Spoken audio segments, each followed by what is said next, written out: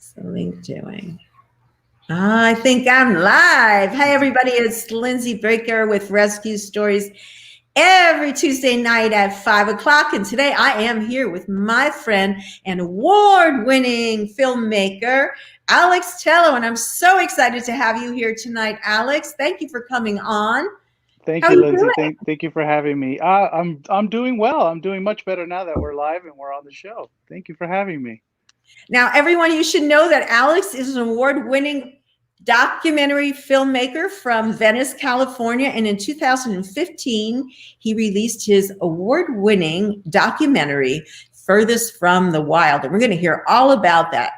Since then, he's dedicated his life to continue educating people, the public, and bringing animal awareness all over the world. His latest project is a spin-off of the film, and he's now focusing on exotic animal rescues, which there's been a lot of stories about that. Remember with the show Exotic Joe and so forth.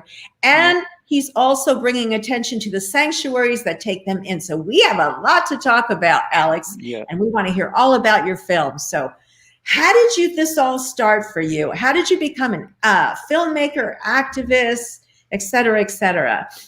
Well, I mean, the whole filmmaker thing, that started when I was young. I wanted to be an actor, and my parents put me in acting school at a very young age, and I really enjoyed that. By the time I got into college, I kind of wanted to learn more of the technical side. And so I started doing, working in post-production. I worked in post-production a lot for about 15 years in Hollywood and stuff. So a lot of my friends in there were shooting films and on the weekends. And so we would get together, and that was sort of our film school, working in post-production and kind of helping on each other's projects. So one day I had this idea, and I was watching videos online. I think it was around the time where the whole mad cow disease started going on, and I was just started seeing all the stuff that was going on, and it was turning me off to eating meat and all this. And I'm like, going into like the deep hole of the internet and things. Oh, well, this is going on too, and this is going on. And I started seeing all these animals. Just something, I don't know, a volunteer somewhere. And so she ended up taking me to a sanctuary nearby my house here in LA. And we volunteered, and I fell in love with it. And on my ride home, I had sort of an epiphany. I was like, you know what? I know what I could do. I can merge this, animals into my films and then tell the people, this is what's going on out there. There's all these issues that nobody really hears about because nobody is reading it and looking, searching for it. So that kind of was my inspiration. I was like, okay. So I started contacting a lot of animal sanctuaries, and a lot of them started, get good response. They would call me back and be like, yeah, you can come in and film and see what we do. And so I did that. At the time, there was kind of like the housing recession that was going on. And I had a house. You're cutting out there, Alex, in and out. Can you hear me? I'm sorry. You're cutting in and out. Is there anywhere you get a little better reception? Can you hear me? I think I'm clear. You're stop moving. I think you're okay now.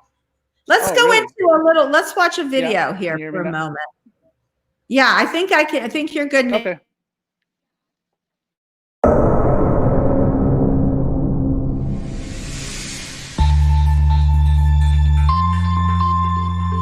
The world of animal rescue continues to go unseen.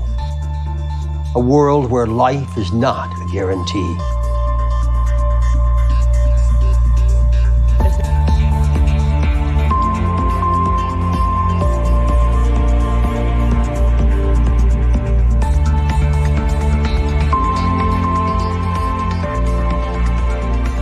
Explore the gripping tale fighting for one last chance, where tragedy gives rise to hope We'll meet head-on with humanity's puzzling battle between our misguided curiosity and our true respect and love of nature. Join us as we follow the rescuers who will stop at nothing to save those furthest from the wild.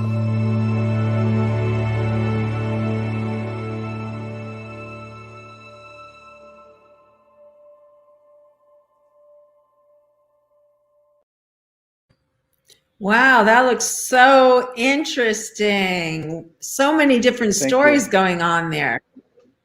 Can you tell Absolutely, me, yeah, first of all, can you tell me Furthest from the Wild? How did you get the title? What does the title mean to you specifically? So when we were trying to look for a name for it, we had the concept, everything written down. My brother is a genius and a wordsmith, so he was working on it and had a few ideas and called me up one day and he's like, "How about Furthest from the Wild?"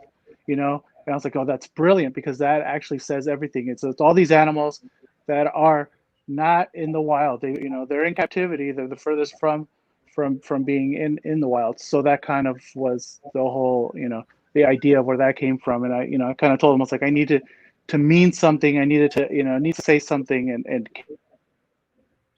and be catchy as well. So my brother was actually the one that came up with the idea. That's fantastic. And like you said, it's the furthest they should be from where they are from where they should be, and that puts them in the most danger. It's brilliant. You're right. It's just brilliant. Says it all.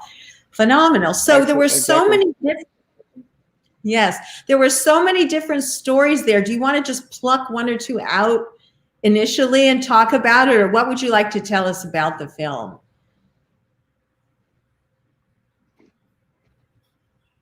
Alex, are you there? Oh dear. Can you hear? I can't hear. Yeah, I'm here. Can you hear me? I hear you now. Like again, you cut out, but No, hopefully. can you hear me? Yes. Hello? I do. Yes, I'm here. I can hear you.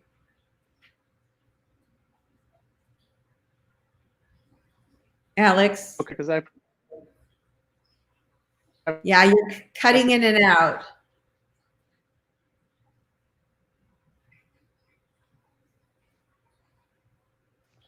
Alex, try going out and coming back in. So folks, try going out and coming back in because right now you're frozen.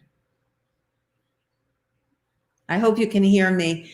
Folks, if you're just tuning in, we are in the process of speaking to Alex Tello. He's a filmmaker from Venice, California, award-winning filmmaker. And his documentary, Furthest from the Wild, is available on Amazon, Google Play, iTunes, YouTube, Vimeo, you name it, you can see it. And it is all about animal rescue. It's about these animals that somehow have been taken from their natural habitat for in various ways, mostly to make always for human profit, but some very nefarious ways of just horrific stories.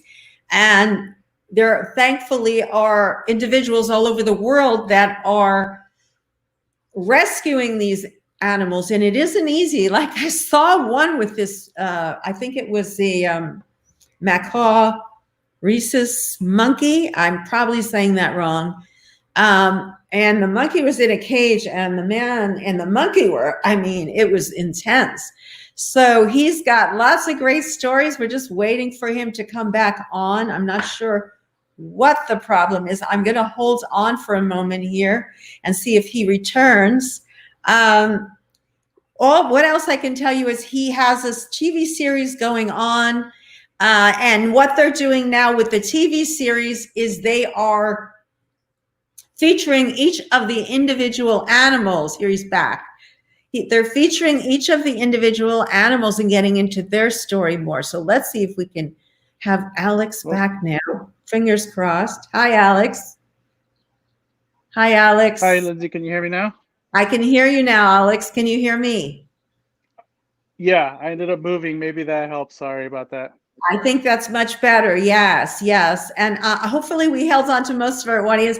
What I was talking about is the film where they could find it. I also mentioned that now the TV series, you have 3 episodes available now, and you're looking for production, but they are based on different animal rescues. So you're going deeper into the story. But why don't we start from the beginning and tell a little bit about how the film began? You were talking about how you were talking to the sanctuaries and rescues. And then can you maybe take it from there a little bit more, wherever you want to go with it? I'm sorry, I'm having a rough time hearing you. You were cutting off. Really? You need the earbud? Yeah, this kind of sounded like. I'm sorry. I don't know why we're having a bad connection. I don't either. I seem to be okay. Let me see. Would anybody comment? Can you guys hear me? And hello, Alex. Very cool, my brother. Great work. Okay, so they're hearing us, guys. Can you hear me? And speak, Alex. Hello? I hear just bits and pieces. Sorry. Oh gosh. I don't know what to do. If we end the broadcast, it doesn't seem to work. I think he went back out again, trying to come back on in a moment. So we are having some technical difficulties. If he doesn't come back in a moment, I will try to go off and come back on. I don't think it's me. You hear Alex too, but he can't hear me. Oh, thank you so much for letting us know, ladies. If you have any questions, I can try to answer them. In the meantime, please stick with us here for a moment until he comes back on. He has so much good information. I want to share these videos with you of these animal rescues and then where these animals have gone later. We want to ask him questions about what happens after the rescue.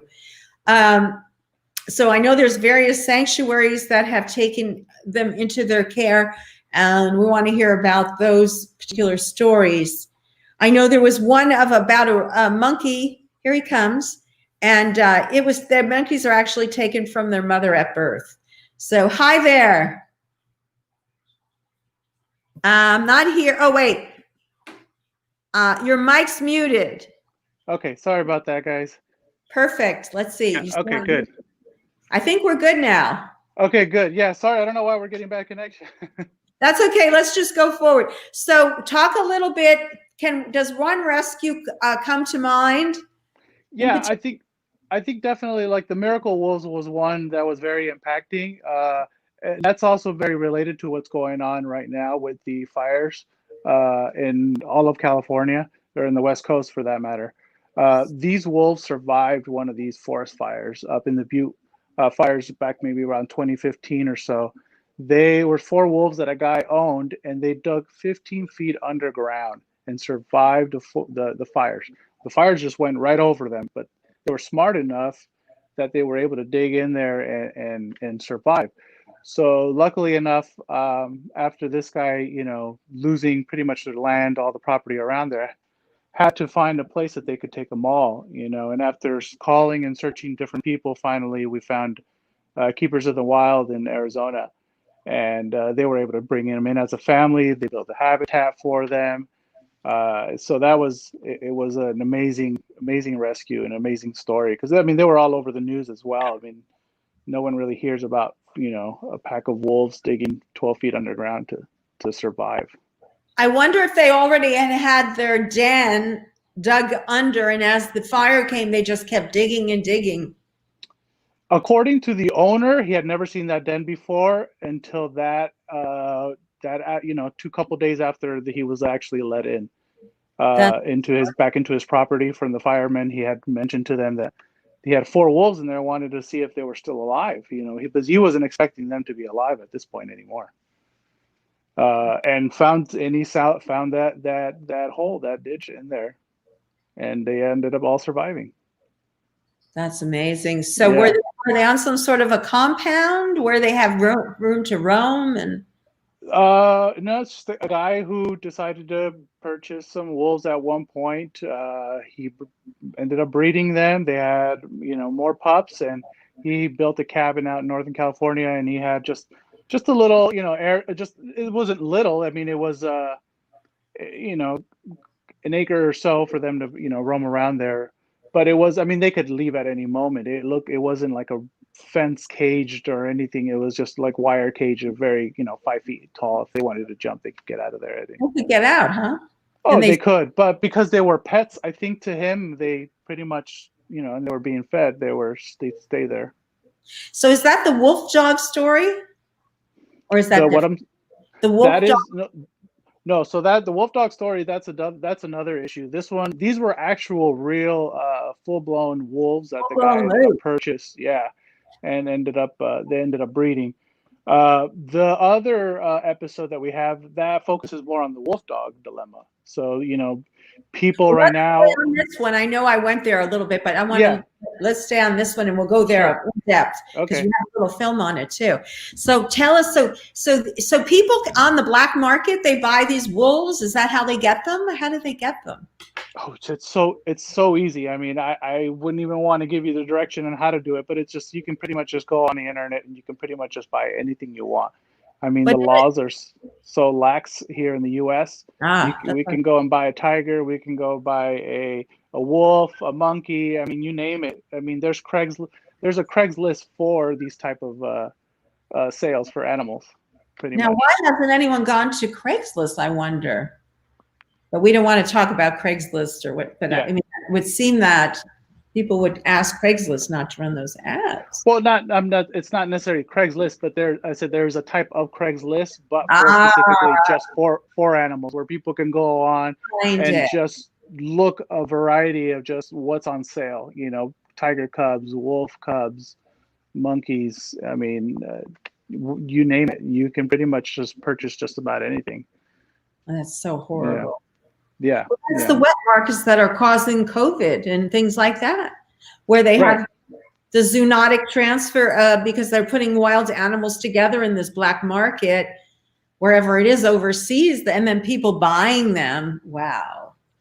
Right. So you're contributing in so many ways. Cruelty. Yeah, that's a big problem here in the U.S. is the animal trade. And I mean, a lot of people don't know that we have more tigers here in captivity than exist in the wild all over the world, just here in the U.S. That is just so incredible. Mm-hmm. I wonder if anyone is trying to do any legislation to get that overturned.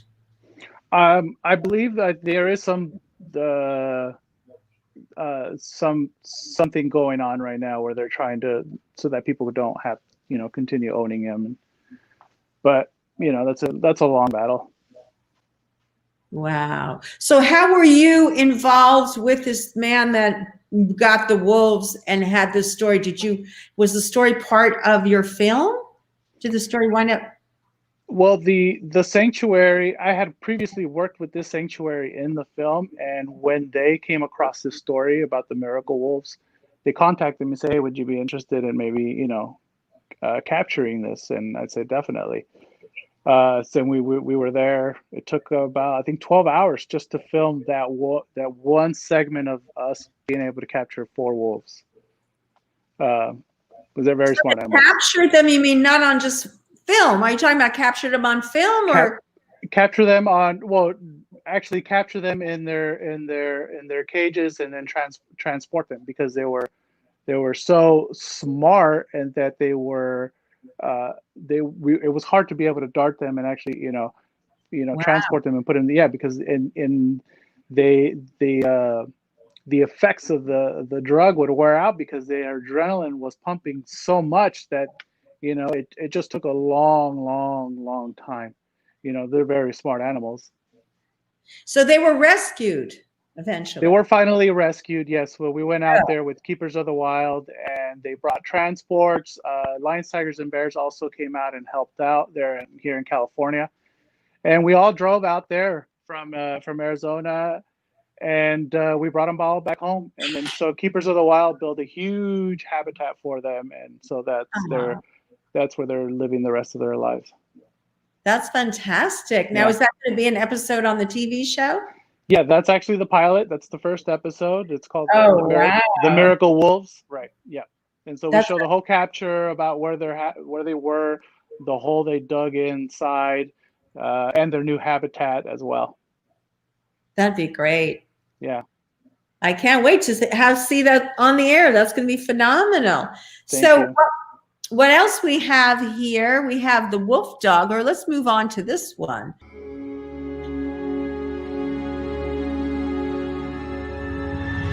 Our fascination of Earth's creatures is as vast as the species that inhabit it.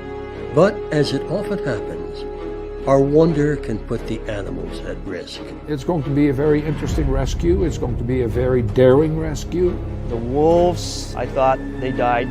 They were smart enough to dig a den. It may be surprising to hear that someone would own a wolf as a pet. But what's more surprising is that there exists a large network of individuals who exist solely to rescue and house wild exotic animals because of overwhelming necessity they are forced to fill. There's just so many steps to it that people just don't even realize what it takes. It is very, very easy for somebody to get hurt. They got tremendous crushing power.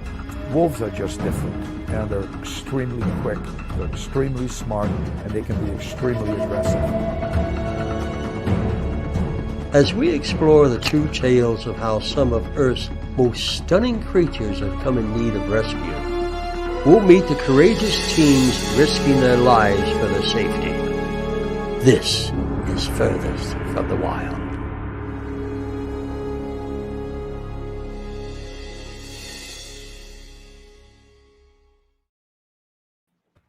Wow, Alex, that was really something. Thank you. And you know, I never told you this, but I have a dog that's a wolf hybrid. Oh, wow. Now we didn't seek him out, but we rescued. They were going to put them to sleep because they were wolf hybrid.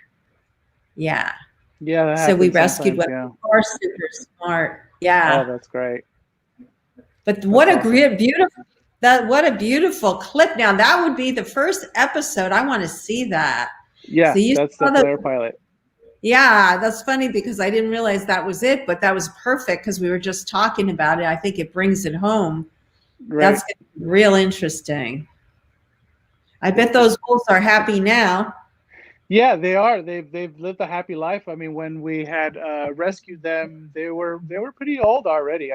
I think in the last 2 years since we've been shooting it, I think a couple of them already passed away of old age, but the other two are still there at the sanctuary. Well, at least they had a good life. Could have been tragic. Yes.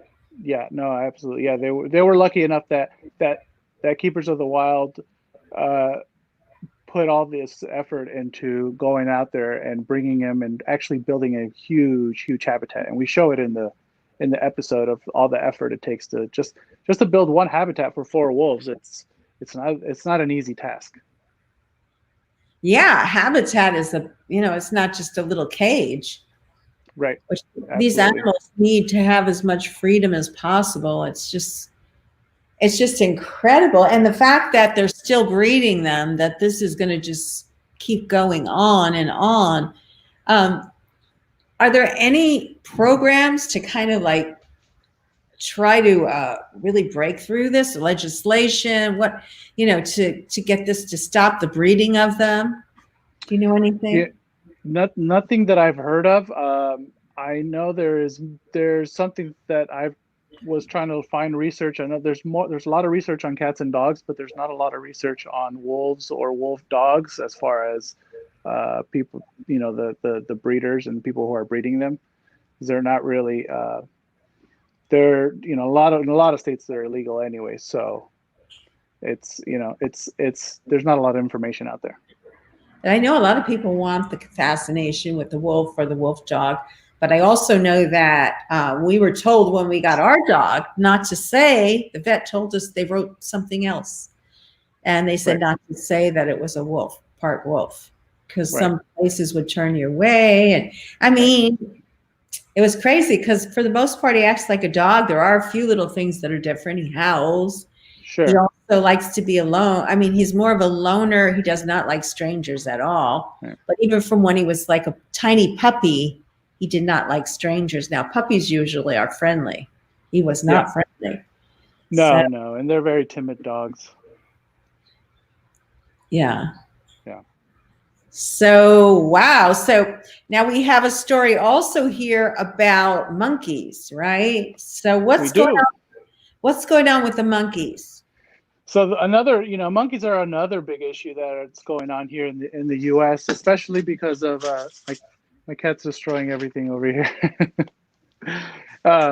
Especially because of the clinical research that monkeys are still being used.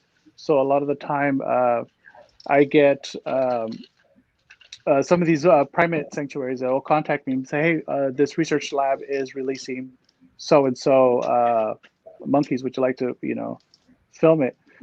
In this case, what happened was a guy had owned monkeys pretty much their whole life. And he had recently gotten divorced and could not keep the monkeys. The laws had changed in Illinois. And he had monkeys for about 27 years or so. So he finally decided, you know what, maybe it's not a good idea to continue keeping monkeys in a room. He had pretty much a room, just your typical bedroom, and it had tile down from head to toe. And it turned it into a habitat for them.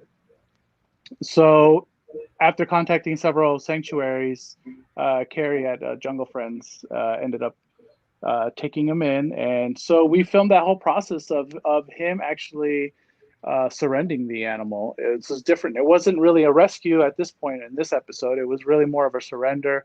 It was really more of him finally opening up his eyes and saying, maybe it's not a good idea to continue having these type of animals in captivity.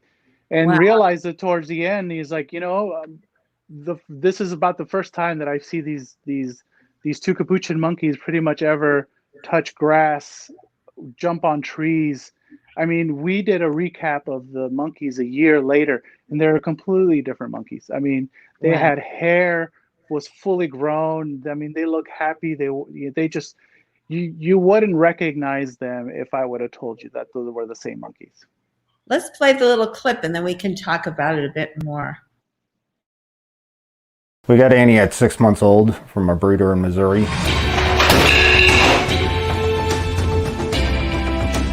If people knew that these babies were stolen from their mothers, I think it would stop most people from buying pet monkeys. She can be aggressive. She has her teeth. If I knew what I know now, I wouldn't have done it. Wow. So what was going on with that cage? Yeah, so that was the guy's house in Illinois. That's he was the one who contacted the sanctuaries and finally was able to get Carrie in Jungle Friends in Florida to bring him in. He owned those monkeys for like I said 27 years. And when we got there, at that time he was starting to transport them into his kennels, so that we can actually hit the road and make our way down to Florida. Because we did pretty much one straight shot from Illinois all the way down to Florida in about, I think it's close to about 18 hours or so it took us to drive down there. Yeah. How many monkeys? It was two monkeys. Two monkeys, yeah. Yeah. So, yeah, one of the monkeys, I mean, they're unpredictable, and then it bit them right in the wrist. So we were able to capture that on film. He knew but something was going on. Yeah. I mean, obviously didn't want to be put into the kennel and be transported, so he wasn't liking it. Plus, I think it was us, maybe being there, the camera crew, and there's probably being a little probably stressful for the animals. Yeah. So, but yeah, that's what happens. Monkeys are unpredictable. But yeah, that's another huge issue here in the U.S. is that, like I mentioned before, people purchasing monkeys online left and right and thinking they're going to have this little, baby in their home, but when they realize that they're having a 3-year-old for the rest of their life, pretty much. Yeah. So it's like a lot of people, the novelty wears off right away. So then there's a huge influx of all these animals that need rescue, or a lot of them have to end up being put down. So, luckily enough, Carrie has built a beautiful sanctuary down in Florida, and Jungle Friends Primate Sanctuary, and brings in a lot of primates from all different sorts of places. Yeah. It's just incredible that it's allowed to go on. And, like, where do these people live? You can't live in an apartment. You can't live like in the city, I wouldn't imagine. I mean, well, you'd be surprised. Monkeys screaming, and I don't know. Yeah, I mean, you'd be surprised. I mean, I'm sure that there's people here in LA that have owned some of these primates before. Wow. It doesn't surprise. Yeah, it wouldn't surprise me. And another thing is that the people don't realize is that where do these monkeys come from? Yeah. They're not realizing when they're purchasing it where they're getting it from. When people want to purchase a monkey, they usually want to purchase it as a baby. They don't purchase it as an adult. So when they want that baby feeling, that novelty. So what happens is these breeders take these monkeys from their mother from almost pretty much birth, so that they can continue selling them. So a lot of these monkeys never really have that mother, interaction at all. So that's another, huge unfortunate thing. Do a lot of them wind up in experimental labs?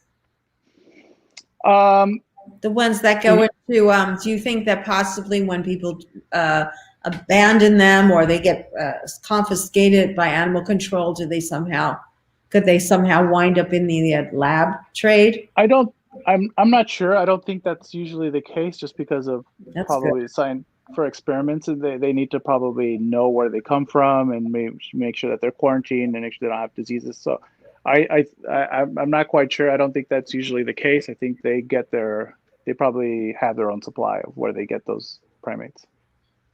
Yeah, because that's a whole other horrific business. I'm sure they sell monkeys for that as well, and I'm sure they grab them babies from their mothers. And because we did a story, it's a huge business. We did a story on the monkeys that are held at a university in California, and we're trying to follow the story, just like the story that you and I, not to change from monkeys. Yeah, tragic, but when I met Alex, we had worked on a photo shoot or something together. Mm-hmm. And it was for, a PSA for some kind of animal rights thing.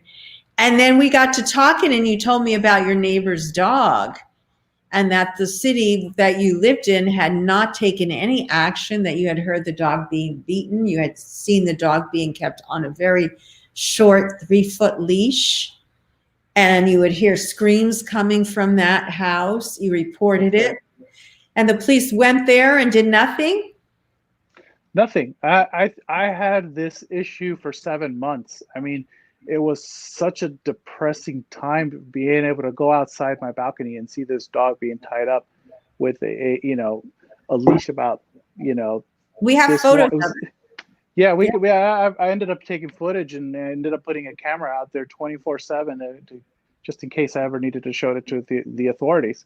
But it was unfortunate that it took about 7 months before, the city ended up having to do something about it, because I kept calling and calling. The police would show up, animal control would show up, nothing. It was just, What did they tell you when you asked why they wouldn't take any action? What was the So I think the excuse was the animal control was since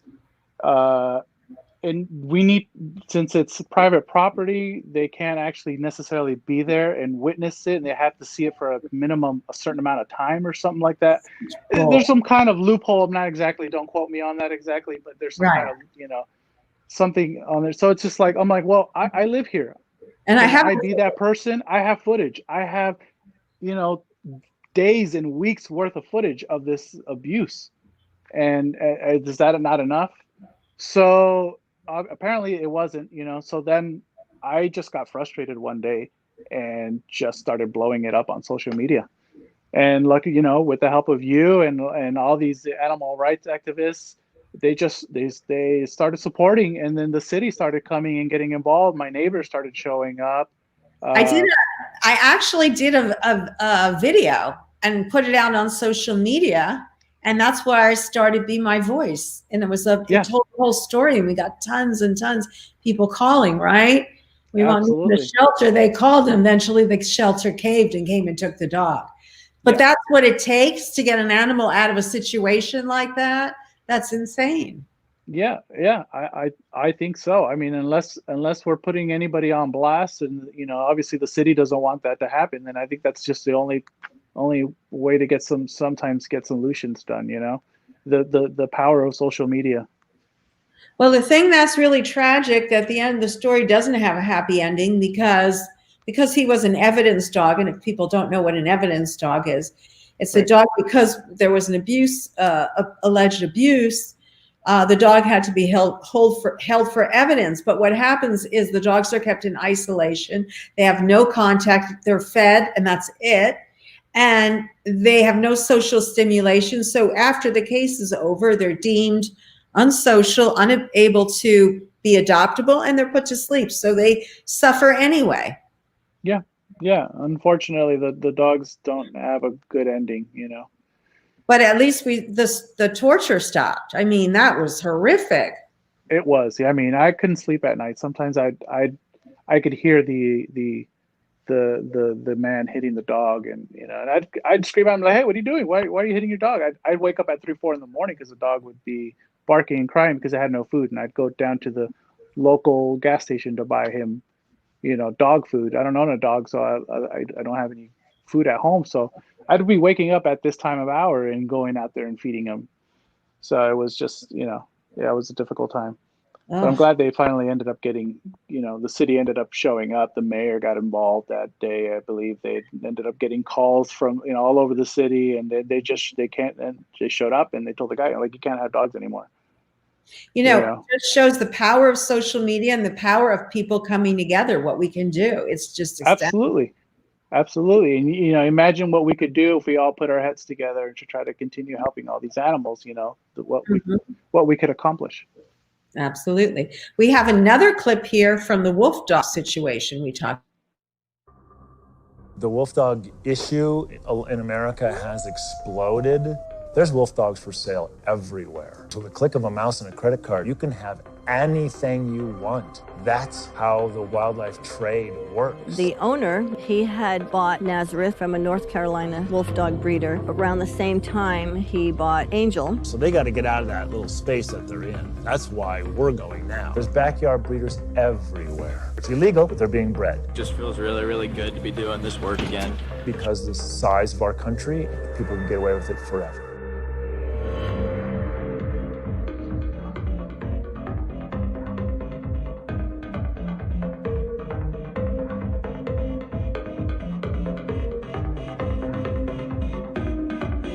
Well, now we're at the exciting part where we're going to actually go in and capture. I'm on a fence line, Steve's on a fence line with a net. I'm thinking this is going to be rather easy. Go ahead and fill in the spaces. Yeah, don't try to stop anybody with your hand. This kennel right in his face right now. I was pushing my elbow along the fence. Oh, no.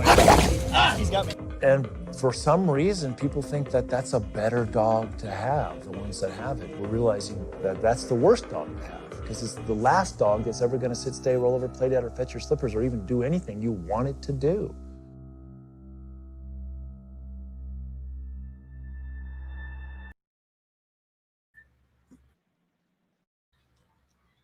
My gosh. That's incredible. Thank you. Those people are brave that rescue. To the film. Absolutely. Yeah. No, these people, I mean, they're great. They've dedicated their entire lives to do this. And the idea that there's so many people that want these dogs, and I bet now even more so because, the world is in such chaos. People think for protection, but it's true. Now, my dog is only a quarter wolf, and he still has some stubborn traits. Mm-hmm. But I imagine like half wolf, or who knows? Like, they're very unpredictable. Very unpredictable. A lot of these high content wolf dogs, they would not make a very good pet. They're not going to bring home, and they're not going to bring you your slippers or or be there when you come home. They're kind of more loner type of dogs. Not good for protecting your home. If you want to get a dog to protect your home, get yourself a German Shepherd or some kind of and they're dog similar like that. to wolves. I mean, they're similar looking. They're dogs that are domesticated. These are wild animals. That's the whole problem, though, isn't it? People don't recognize that a wild animal is not a pet. Yeah, I believe it's a vanity thing. It's saying, hey, I have this type of exotic animal.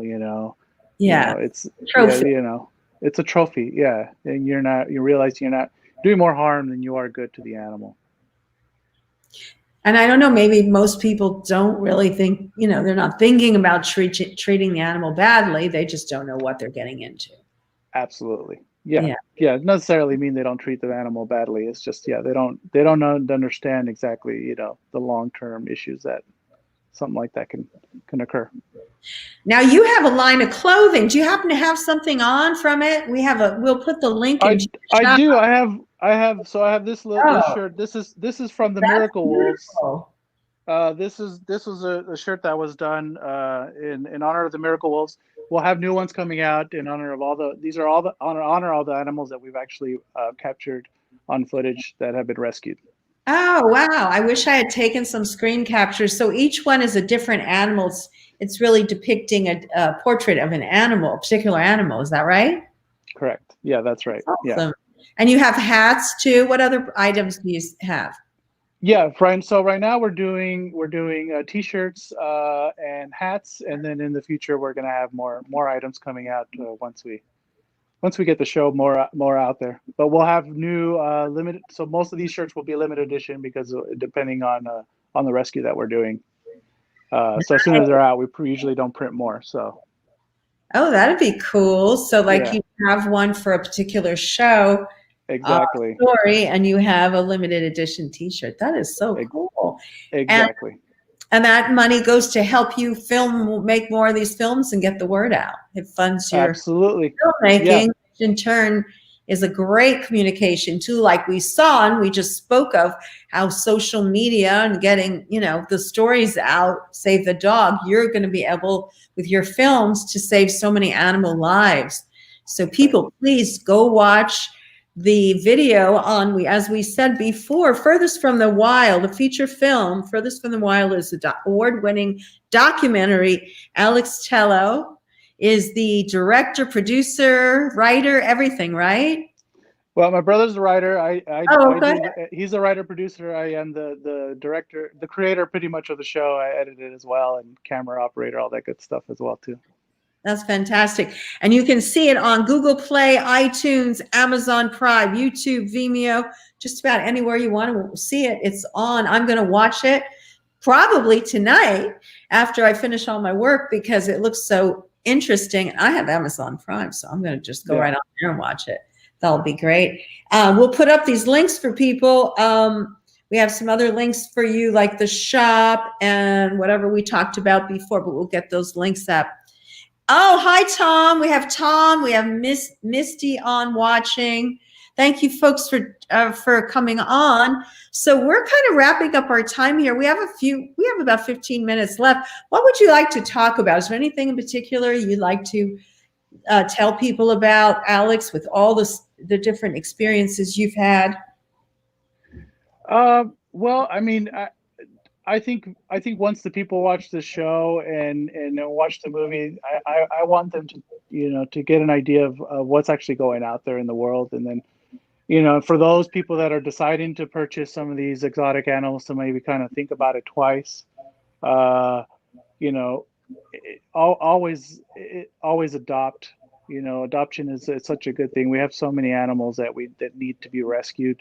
Nobody needs more breeders to continue breeding any more of these. I mean, there's just too many out there. There's too many sanctuaries to be able to film.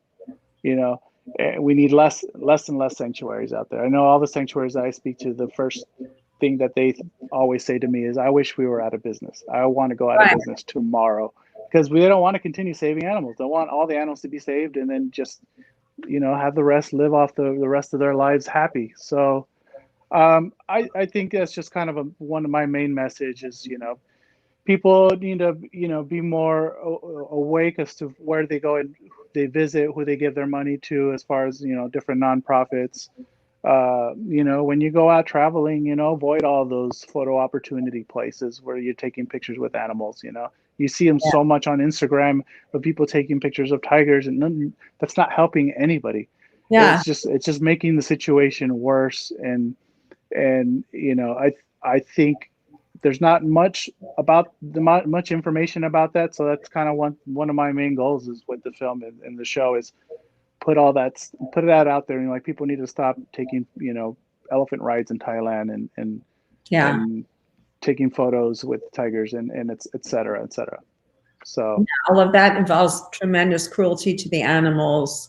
Absolutely. Because they have to be beaten and broken, their spirits broken in order for them to be able to people to go even near them. Yeah, and absolutely. Horrific life. And just we need stronger legislation as well. We do. If more of the public there's more public outcry, then we'll see some legislators take action, I think. Yeah, and I think this issue is more trending, I think, now with the whole especially with climate change, and people are being more aware of this and being more environmentally friendly. I think this issue it's going to take off. I think eventually it's not the issue that people would look at you crazy 10, 15 years ago as you silly animal activist. It's important and it affects us all. It does. I mean, like we said, zoonotic transfer, diseases from wild animals being mixed that shouldn't be mixed together, all sorts of problems for everyone. So, right. So change. We need some change, and people like you, need some change. Filmmakers, getting that story out, telling the story. So, please, everyone, again, share this video, watch the film. Check out the series when it comes out. We'll have you back on when the series comes out so that we can tell people about it. And so we're so glad to have had you on today. Thank you. I appreciate it. And we're open to bringing on producers as partners right now. So if there's anybody out there that in the film industry that would like to partner up with us and continue the developing of the show, they can contact me directly through the website, thefurthestfromthewild.org. They can email me directly through there, or they can email me at Alex Tello at furthestfromthewild.org. And we will be putting the links in, like I said, so the links will be in there if anybody is interested.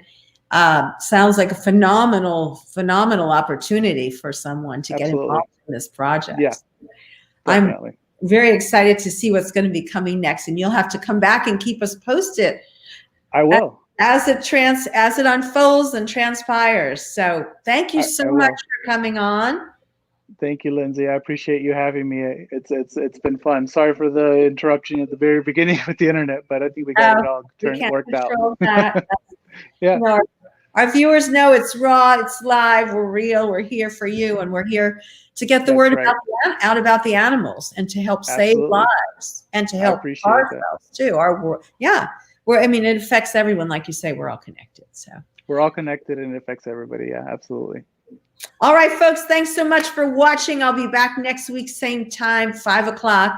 Alex, we'll be seeing you soon, we hope, and we'll be looking for those shows. Yep. So, bye, everyone, and thanks for watching. Thank you. We'll catch you next time. Have a good night.